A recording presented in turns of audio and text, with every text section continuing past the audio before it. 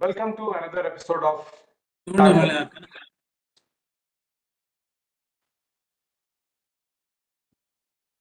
Today we have with us to present a book review on a very interesting book which is called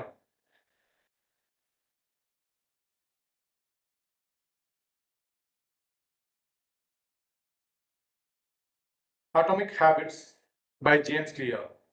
The presenter or the reviewer of the book is Dr. Ramanadham Ramesh Babu, who has been teaching and preparing the students for academic as well as competitive exams for 3 decades. He has delivered several prime talks in All India Radio, Visakhapatnam.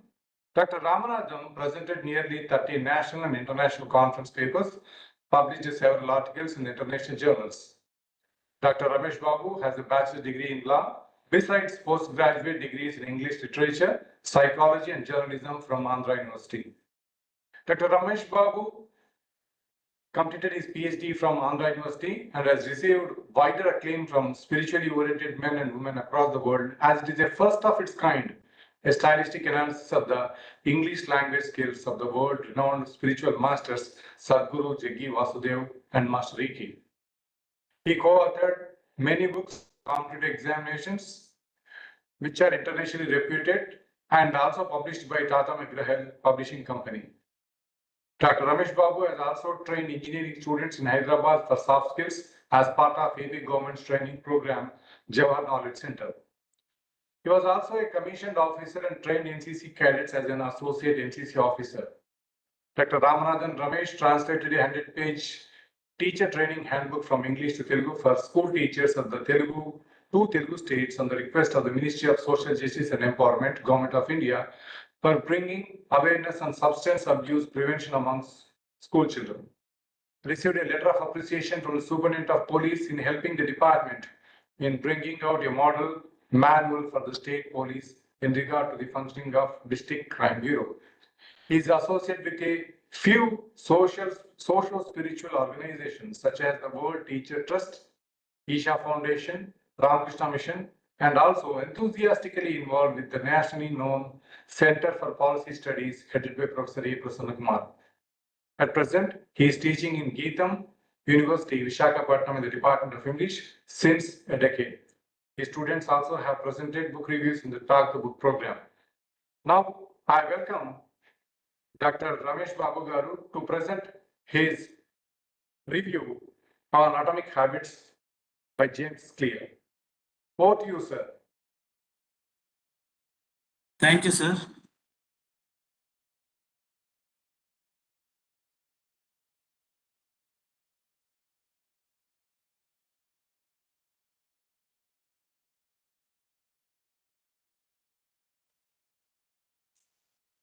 Shall I, sir?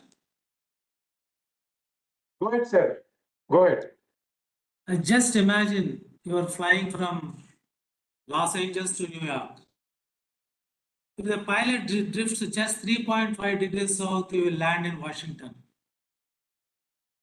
instead of New York. Such a small changes is barely noticeable at takeoff because the nose of the airplane moves just a few feet, but the airplane ends up hundreds of miles apart. A slight change in your daily habits can guide your life to a different destination altogether. The impact created by a change in one's habits is similar to that of the effect of shifting the route of an aeroplane just by a few degrees. Friends, in his groundbreaking book, The Tiny Changes, Remarkable Results, Atomic Habits by James Clear, you will understand how to unlock your full potential and achieve remarkable results through small but significant changes. We'll discover the power of atomic habits and how they can transform your life. You will learn an easy and proven way to build good habits and break the bad ones. Sold over 3 million copies, the author James Clear enlightens us on the science behind small habits. How changing the tiny habits can be a revolutionary route for great rewards and incredible accomplishments. The celebrated author elucidates how these minuscule changes can produce life-altering results and have a transformative effect on one's career, one's relationships, altogether on one's life. Through the inspiring stories of Olympic gold medalists, world leaders, CEOs, and distinguished scientists.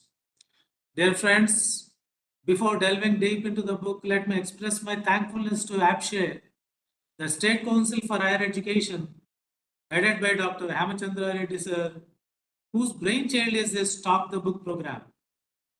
This enlightening event, week after week, every week is successfully conducted by the academic officer Sri Srirangam Machu Garu and coordinated by Sri Bhaskar Garu. Besides expressing my deep sense of gratitude, I congratulate them once again for their tireless efforts. I am thankful to my student Mr. Prem Sai, studying third year engineering at Geetham University, for assisting me in preparing this PPT.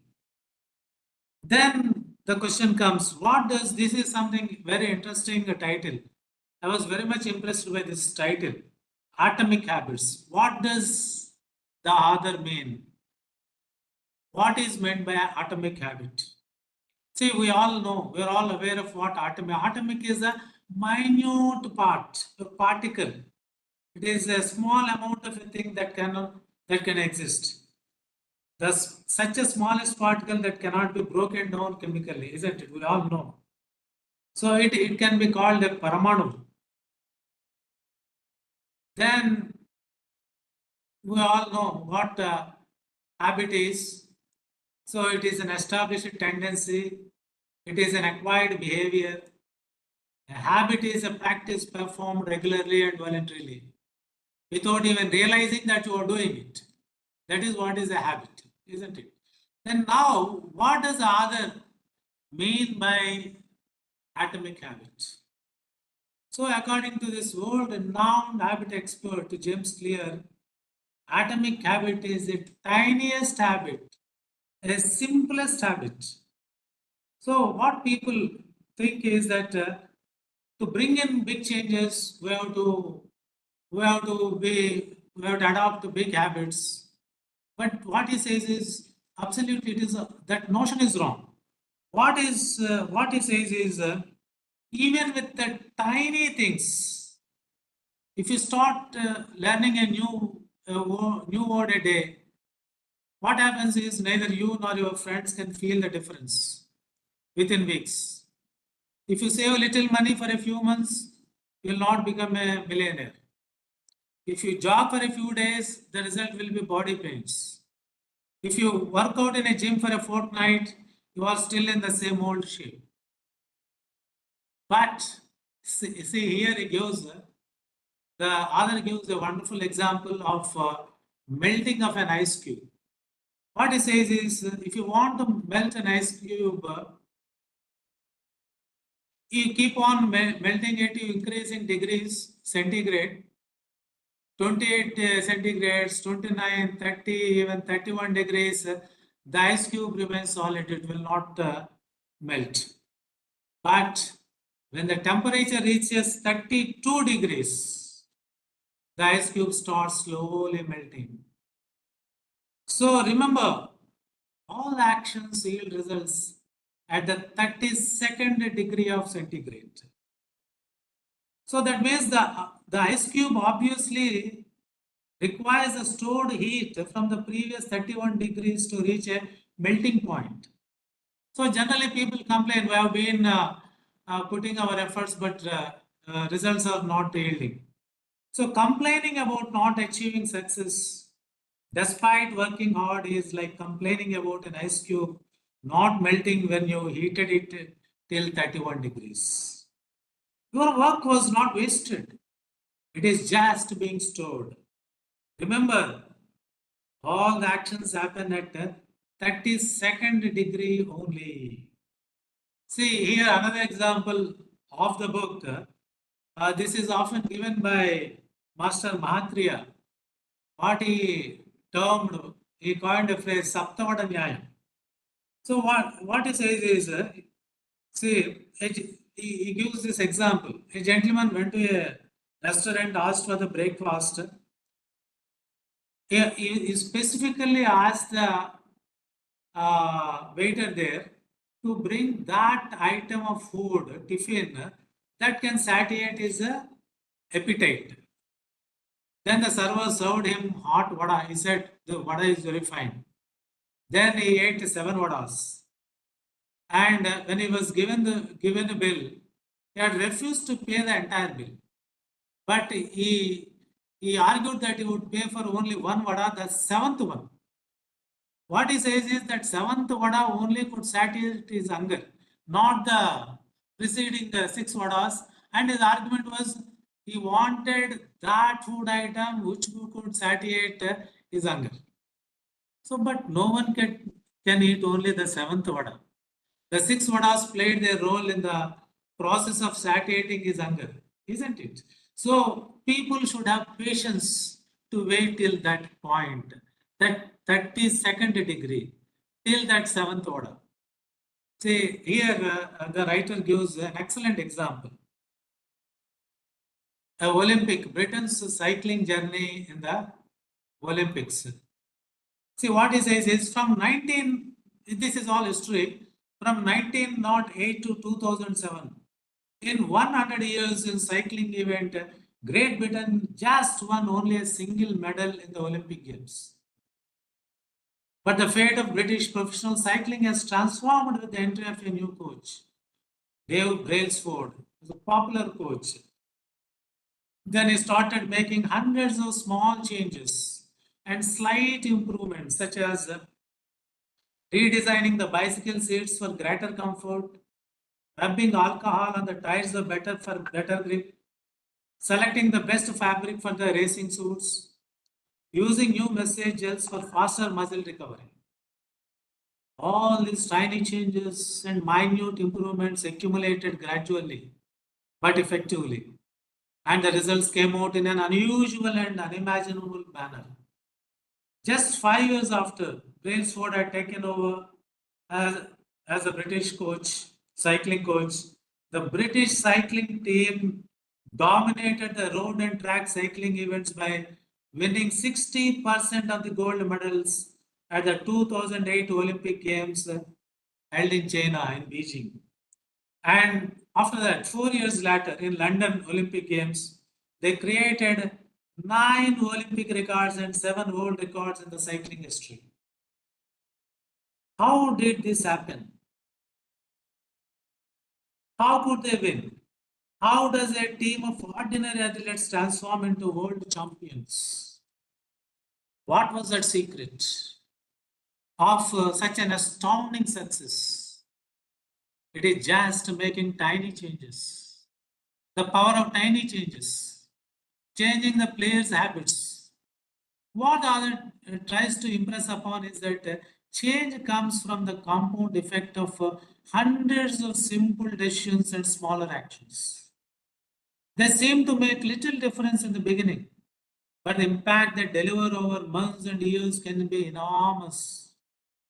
1% improvement each day for a year, 37 times better after 1 year. Remember that. It is the power of consistent positive changes that can make a huge difference in the long run. Here the other side's the example of cancer. It spreads quietly and stealthily till it occupies 80% of the human body. It is undetectable for years, then suddenly it takes over the body in months. So also he gives one more example, bamboo. Bamboo can be barely seen for the first 5 years as it builds extensive root systems underground before exploding 90 feet into the air within 6 weeks. Process might take years before all it happens at once. The outside world only sees the most dramatic event and call it a overnight success, ignoring all that preceded it.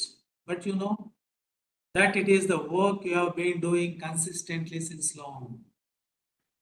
He gives another excellent example, the geological pressure. See, we all know what is this geological pressure. two tectonic plates grinding against each other, surprisingly for not even thousands of years, but millions of years. Then what happens? Tension slowly builds up and builds up, builds up, and one day they rub each other once again. But this time the tension is too great. The earth erupts, the earthquake happens. So it has been happening over billions of years, and we see only one day.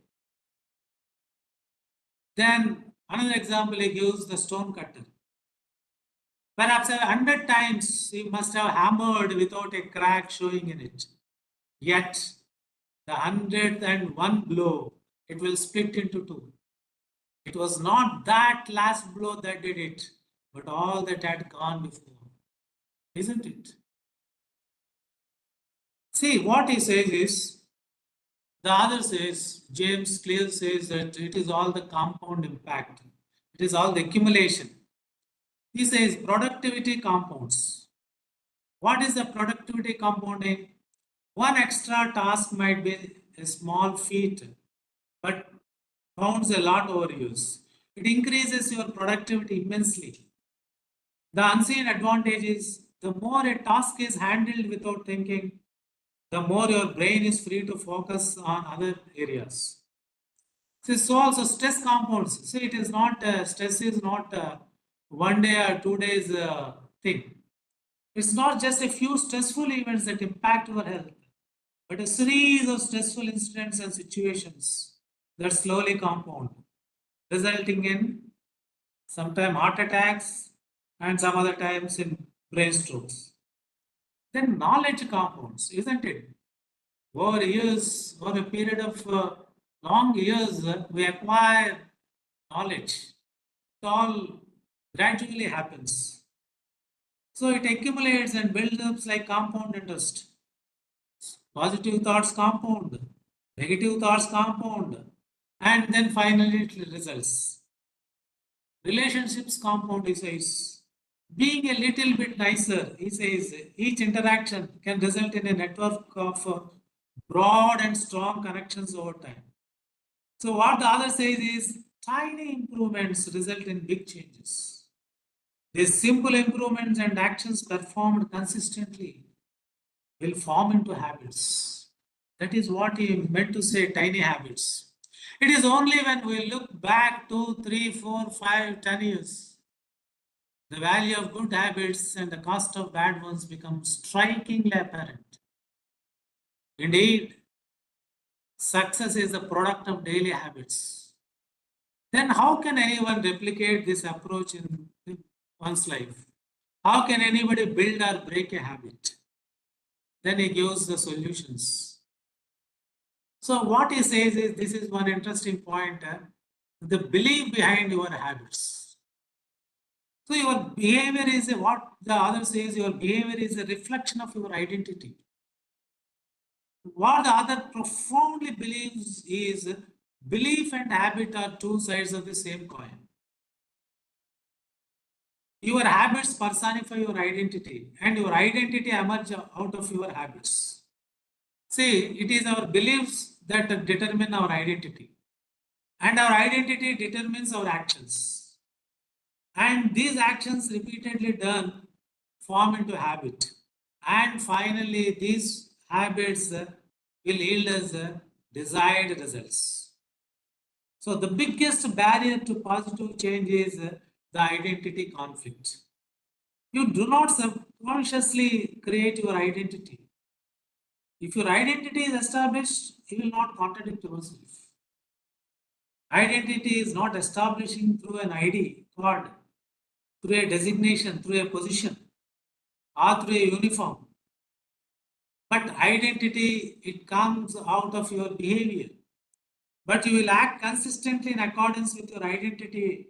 Indeed, habit becomes a part of your identity. See, what he says is, my belief that I am a smoker determines my actions. Subconsciously, if I think that I am a smoker, I think that I should smoke and then be friend with the other smokers. See, the author gives an example of two persons. When one person is offered a cigarette, he would say, "No thanks, I am trying to quit." The other person would say, "No thanks, I am not a smoker." What does it mean? So you are establishing your identity that you are not a smoker. And subconsciously you have an identity that you are a smoker. So when somebody offers you, you try to take it or you try to mildly refuse it. So it is your thought that establishes your identity. So feel like Buddha, you'll become Buddha. Feel like Christ, you'll become Christ, says Swami Vivekananda. It is your inner consciousness that develops your identity. See, here he gives Swami Vivekananda another interesting example, a story, sheep and lion story.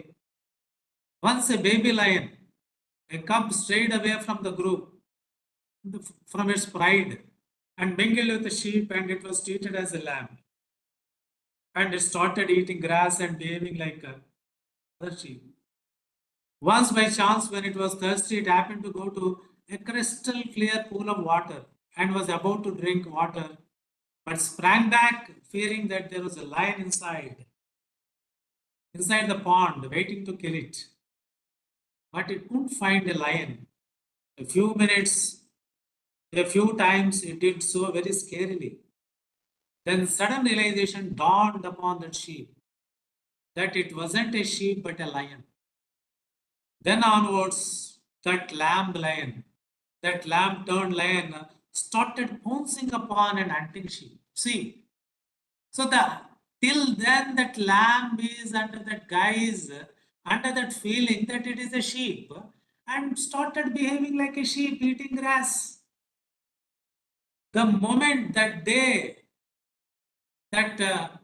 feeling dawns, that realization has dawned that it is not a sheep but a lion, the entire thinking changed.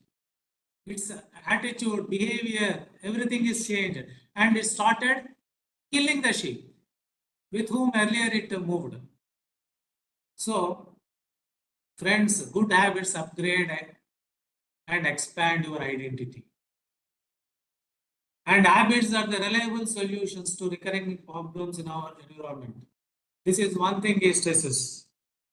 See, modification or transformation of a habit may not be easy and simple, but it is very much possible because habit has been created. It is not born by birth, isn't it? And here the author gives a wonderful example of Pepsodent. The company Pepsodent, how it has successfully created the toothbrushing habit among the people of America. See, we all know. See, Pepsodent-based companies are really successful as they endeavor to establish a habit among people. We all know it was no secret that the Americans had poor dental health, no regular habit of brushing. As a nation became wealthier, people had started buying larger amounts of sugary and processed foods. When the government started recruiting men for World War I, many men had decayed teeth, and the government had to declare that the poor dental hygiene was a national security risk. But stunningly, the entire scenario had changed due to an ad man, Mr. Hopkins. You must all have heard his name, who pushed toothbrushing from an obscure practice into a national obsession. Within a decade, Pepsodent had become one of the top selling goods in the world and remained the top selling toothpaste for more than 3 decades, 30 years. Before Pepsodent appeared, it was only just 7% of Americans that had a tube of toothpaste in their homes. A decade after Hopkins' ad campaign, that number had jumped to 65%. Many celebrities had applauded Pepsodent for their beautiful smiles.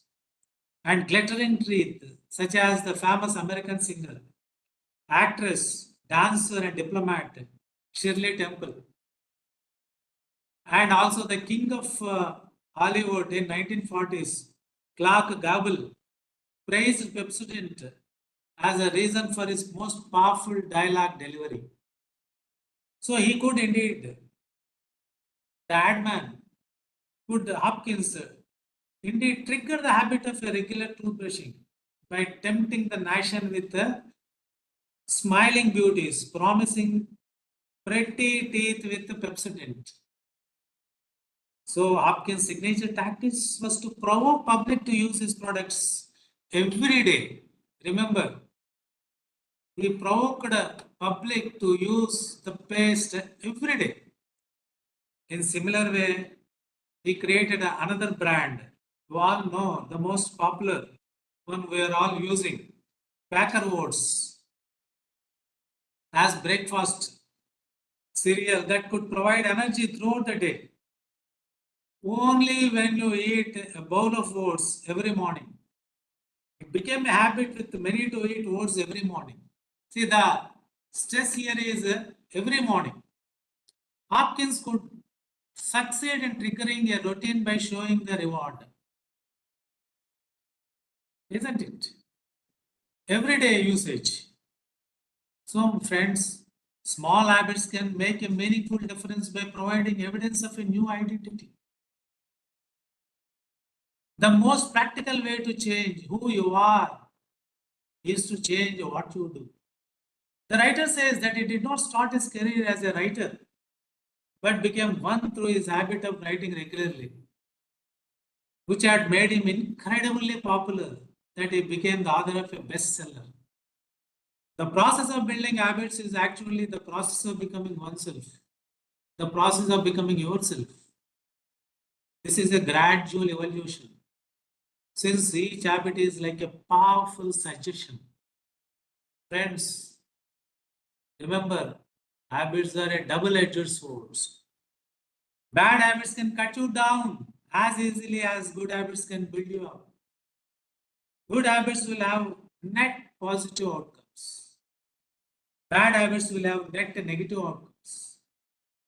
Bad habits are the repetition of wrong acts compound into toxic results. If we start repeating the 1% errors day after day by replicating poor decisions, duplicating tiny mistakes, rationalizing little excuses, justifying wrong choices, they all compound into toxic results. It is the accumulation of many missteps. A 1% decline here and there leads to a big problem. We should shape our habits. We can make good habits inevitable and bad habits impossible. Now, maybe some people have a doubt. Do the habits create some kind of dullness? Will it restrict my freedom? No. What the other says is bad habits repeat themselves not because you don't want to change, but because you have the wrong system. See, what he says is bad habits will have negative outcomes. Bad habits are the repetition of wrong acts compounding to toxic results. But a habit will give you freedom, not restrict you. Because once you are habituated to something, what happens is unconsciously you will be doing it very joyfully, but unconsciously you will be doing it. Then what he says is an implementation intention. So what does it mean, an implementation intention? Because people keep saying, many people think that they lack motivation and determination in regard to habit formation. But what they really lack is clarity. So people think, so I'm going to eat healthier, I will exercise, I'll perform yoga asanas, I am going to write an article, I want to be more productive. But the problem is we never say when and where. When and where these actions are going to happen. Just we leave it to chance and hope that we will perform them. But if you can concretize your ideas, decisions like very clearly, during the next week for 3 days, Monday, Wednesday, Saturday, I will do at least 30 minutes of exercise at 6:30 a.m. in Geetham grounds. I'll do 1 hour gym at 5 p.m. I'll do some volunteer service for 1 hour from 7 to 8. Every Sunday in the morning, I'll go to temple. The simple way to apply the strategy to your habit is, I will do so and so action at so and so time at so and so location. Be specific. Be clear. Write down. So, environment often matters more. This is one thing he keeps on telling. Environment design is powerful. You should redesign your environment. Every habit is initiated by a trigger. And he calls this as a choice architecture. Do you know that half of the brain's resources are used on vision? People often choose the products not because of what they are, but because of where they are, where the products are. Items at eye level tend to be purchased more than those down near the floor. The impulse of buying is instantly triggered when a shopper sees a product for the first time and visualizes the need for buying it. In fact, customers buy products not out of the need, but because they are attracted to the way they are presented to them. For example, 45% of Coca-Cola sales come specifically from end of the walkway racks. Your habits change depending on the room you are in and the clues in front of you. Certain behaviors tend to arise again and again under certain environmental conditions. Visual cues are the greatest catalyst of our behavior. For this reason, a small change in what you see can lead to a big shift in what you do. You can imagine how important it is to live and work in environments that are filled with the productive cues. Every habit is initiated by a cue, a hint, a signal. It is difficult to read a book when the bookshelf is in the corner of a guest room or in some box somewhere else. If the signals are hidden, they are easy to be ignored. The signal should be very clear. If you want to drink more water, fill up a few water bottles each morning and place them in common location around the house. If you want to make a habit a big part of your life, make the signal a big part of your environment. Create multiple cues. Just imagine in how many ways a smoker could be prompted to pull out a cigarette while driving the car, seeing a person smoke, feeling stressed at work, at a happy moment. The list goes on. So also people drink more in parties due to the provocative triggers seen everywhere. The same strategy can be employed for good habits by sprinkling triggers in your surroundings. Making a better decision becomes easy when the signals and or the triggers for good habits are right in front of you.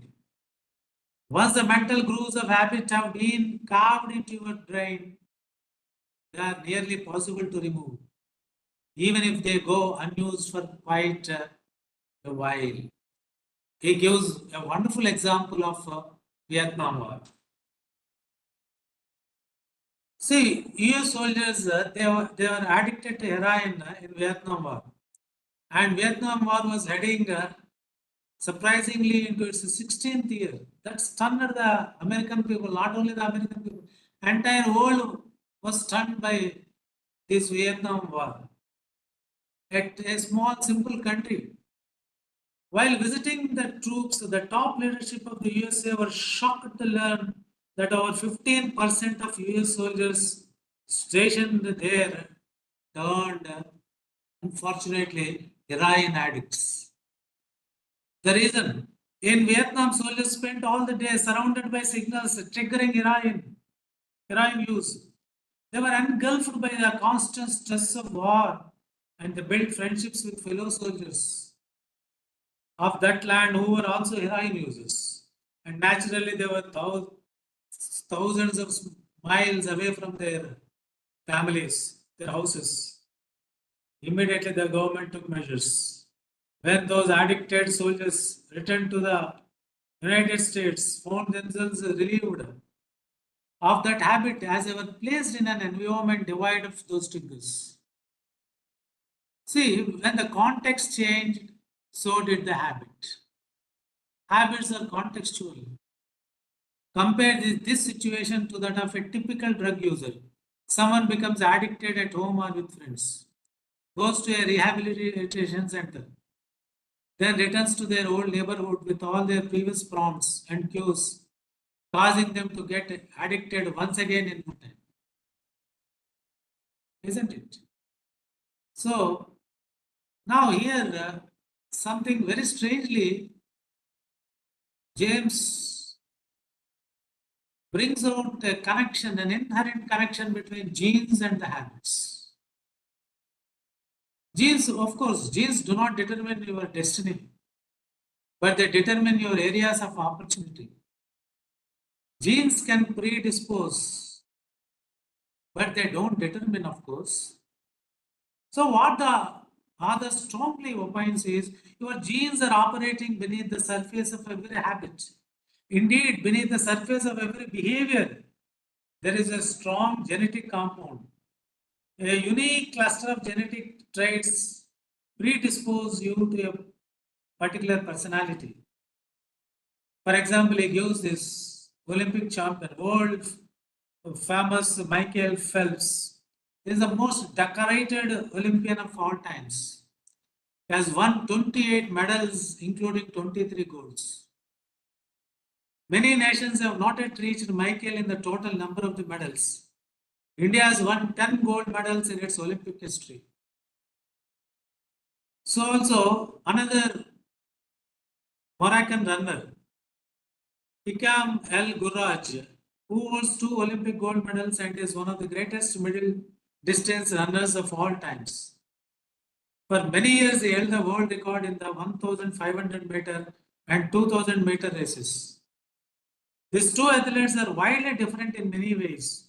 Most notably, they differ in height. Moroccan runner is 5 feet 9 inches tall. Phelps is 6 feet 4 inches tall.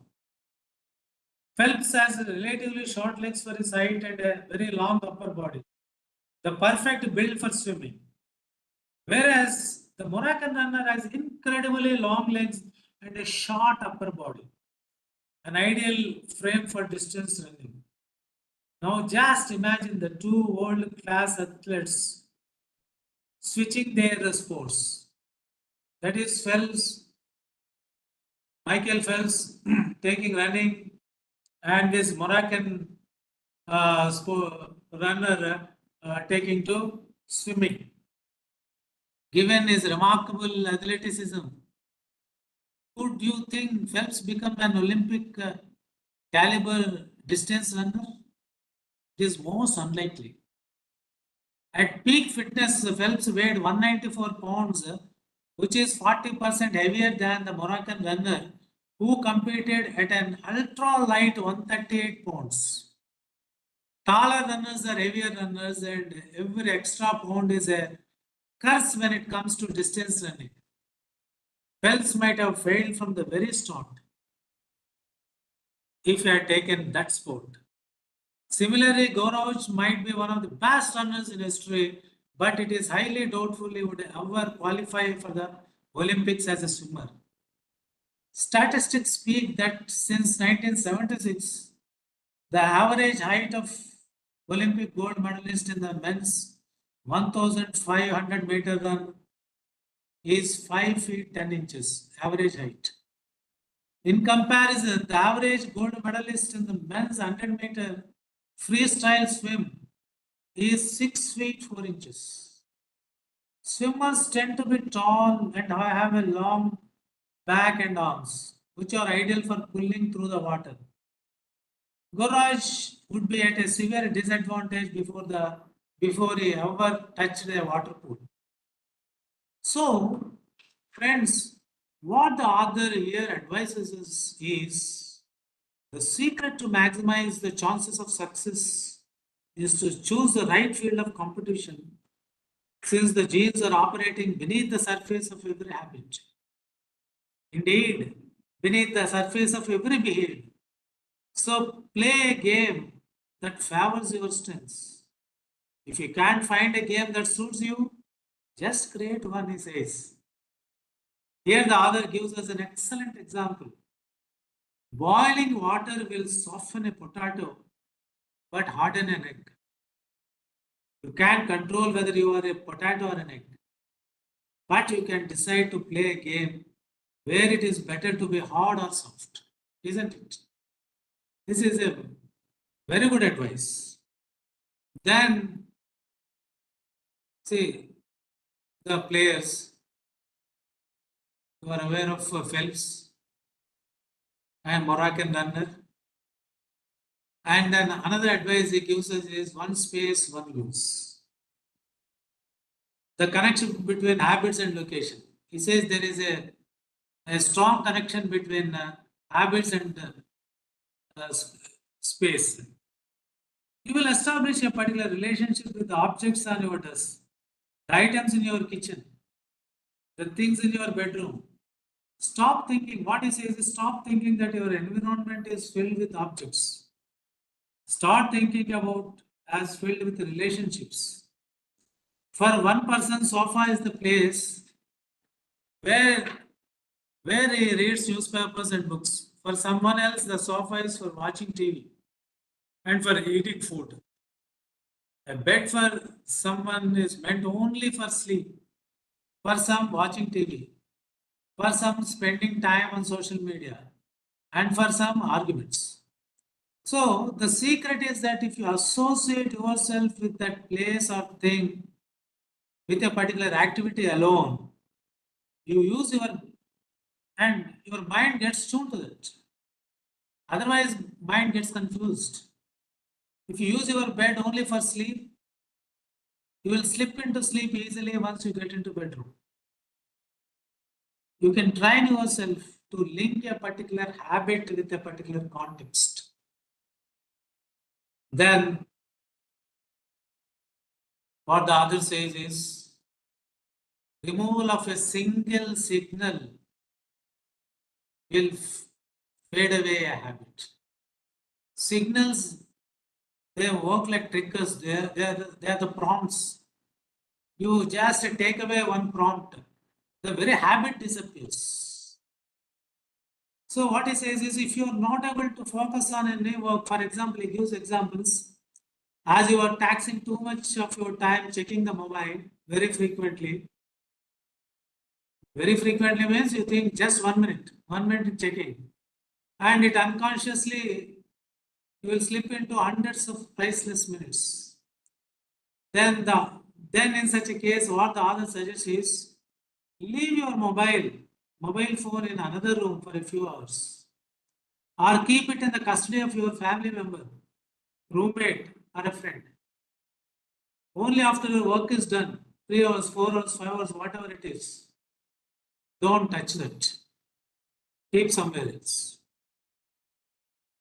If you take away one signal, your habit, if you do it repeatedly for a few times, then you get into that habit. The mobile is not a part of your body, isn't it? If you are wasting too much time watching television, then move the TV out of your sight. From the hall to the bedroom, unplug it after each use and take the batteries out of the remote. If you are eating too much, what he says is ensure that no unwanted food stuff is available in the kitchen. If you are spending too much money on electronics, just don't read reviews of latest technology. Quit it. If you are playing too many video games, Simple solution. Unplug the console and put it in a bag after each use. Here the author gives a new dimension. He says that self-control is only a short-term strategy, not a long-term one. We think because we do not have self-control, that's why we're not able to do. Or somebody has self-control because hence he is able to do. It's not the self-control, he says. Self-control is only a short-term strategy, not a long-term one. So what he says is, use your energy, spend your energy on optimizing your environment. A environment that is friendly to you, to your habits, to strengthen your desired habits. So the environment, by making prompts for good habits very apparent and strikingly noticeable. And the signals are the provocations. Remember, signals are the provocations of one's bad habits or good habits. So another aspect he says is the significance of sensory signals. Just you ponder over this. Sensory signals, you hear, you touch, you feel, and of course, 50% your eyes. So now he brings in a researched story of Karachi. And you know, Karachi was one of the most populous states in the world. Over 60% of Karachi residents one time lived in slums. The unsanitary conditions led to widespread diseases. Contaminated water caused epidemics of diarrhea, vomiting, abdominal pain, many diseases. At this national level health crisis, Dr. Luby, who served as a director for research of Stanford's Center for Innovation in Global Health, was brought in.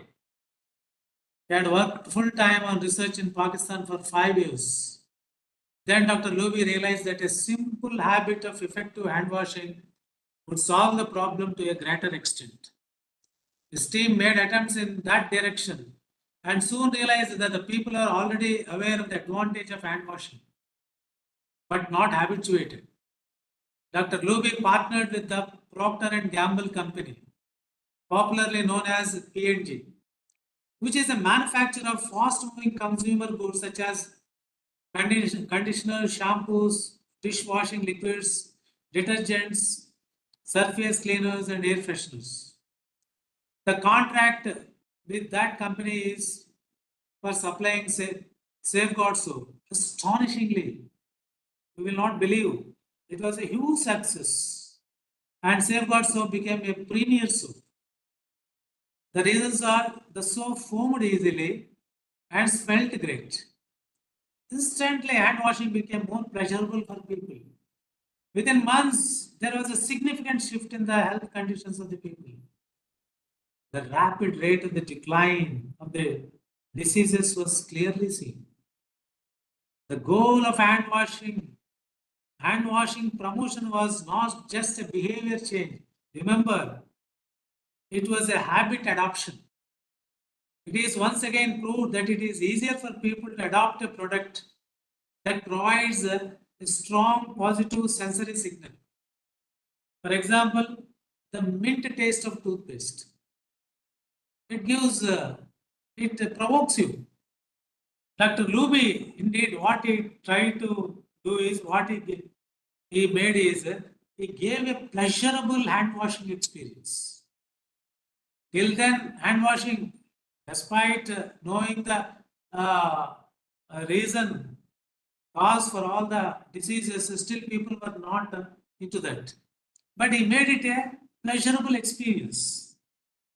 And it became a habit of people of the Pakistan. Remember, pleasure teaches one's brain that a behavior is worth remembering and repeating.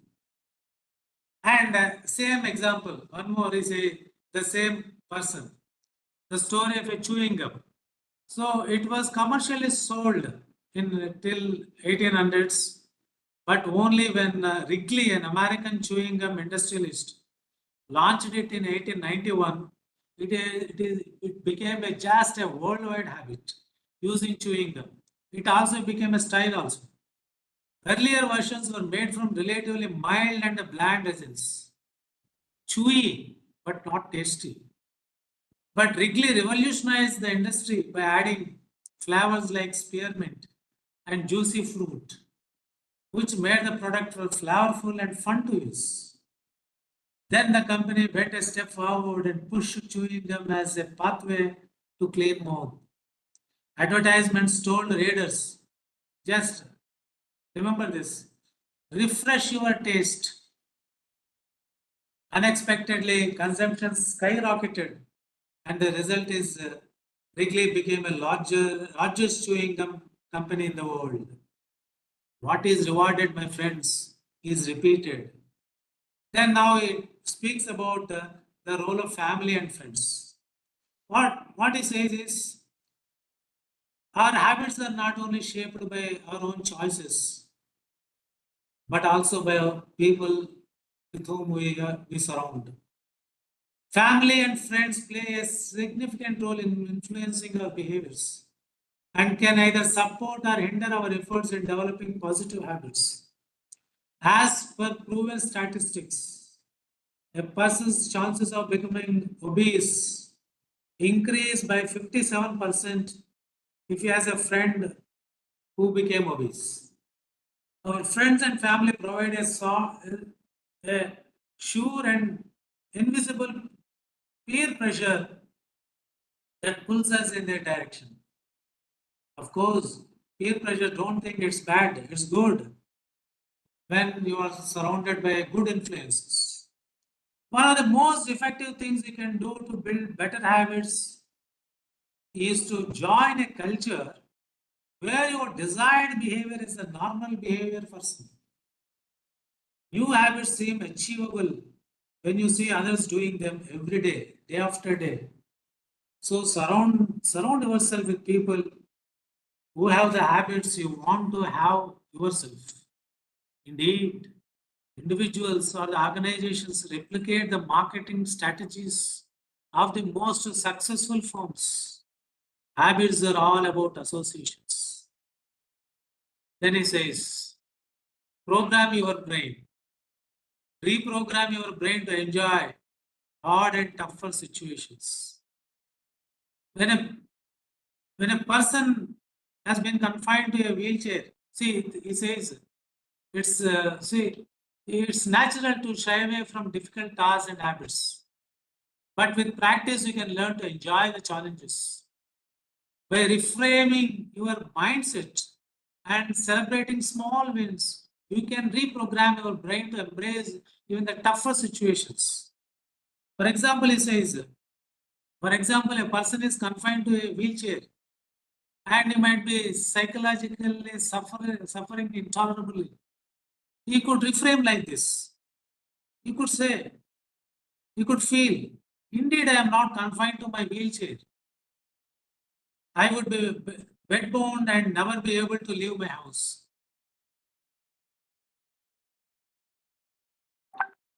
This sort of shift in one's perspective completely transforms how one lives each day. So also reframing from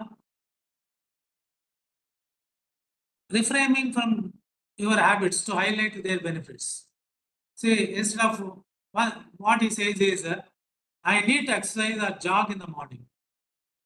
Instead of saying jog in the morning, you can rephrase your feeling. It's time to be active, agile and healthy. People think saving money is something, a sacrifice. Is it a sacrifice? Today you are saving money, tomorrow you will enjoy it, isn't it? So if you can change your mindset like this, it would be fine. You can adapt to good habits. Then he says, finally says, establishing habits by regularity and repetition. If you can repeat an action, developing a new habit requires persistence and consistency.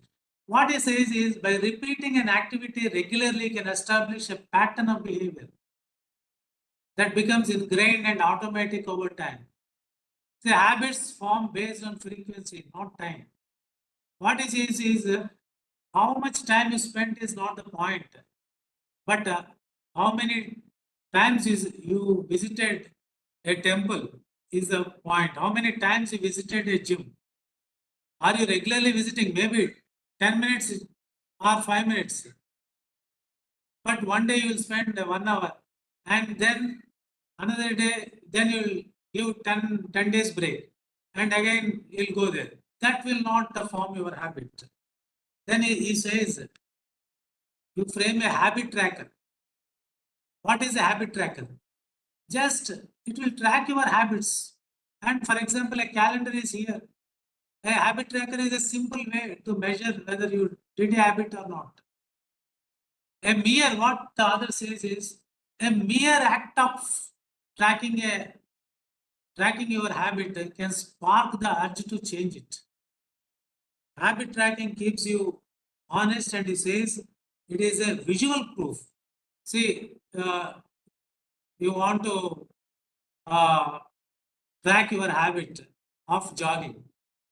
Whenever on the day when you jogged, you put a cross mark, you put an X, and then finally at the end of the month, you will see how many crosses are there.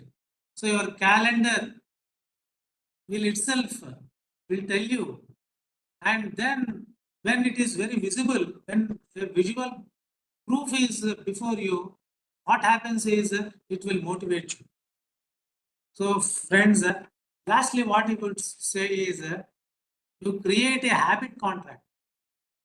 A habit contract is, he says, you enter into a contract with your friends or family members that if you break a habit, for example, he says, see, government creates laws and regulations and then change our habits. It is a social contract, isn't it? Government also does create habits in its citizens through laws. Left side driving. It is a contract, a law contract. So what he says is you make your accountability partners, your friends or your family members. What you do is create a contract. On that day when you skip so and so, then you will get a punishment. And you will be honest, you will be sincere. So this habit contract and this accountability will enforce good habits, it says. Then, my dear friends, I appeal to you all to apply the proven strategies given by the habit expert James Clear in making positive habits an integral part of our life and also eliminating the bad habits. Be an architect of your life, design your environment, set clear intentions, practice self-accountability, and build beautiful habits to craft your desired destiny. Thank you very much. Thank you once again for APSCHE and for all of you. Thank you, sir, for delivering an excellent book review on Atomic Habits by James Clear with very interesting examples. Small, consistent changes lead to significant long-term results. Tiny habits may seem trivial initially, but their cumulative effect can be transformative over time. This is the essence of the book. And by integrating principles like habit, environment, pleasure, etc., one can effectively develop and sustain tiny habits that lead to substantial and meaningful changes in one's life. James Clear emphasizes that the key to long-term success is not about making radical changes overnight, but about making small, incremental improvements consistently. I thank Dr. Ramesh Babu on behalf of APSCHE for his excellent presentation. Thank you, sir. Thank you, sir. We will meet next week with another interesting episode of the Talk the Book. Thank you very much. Thank you, sir. Thank you.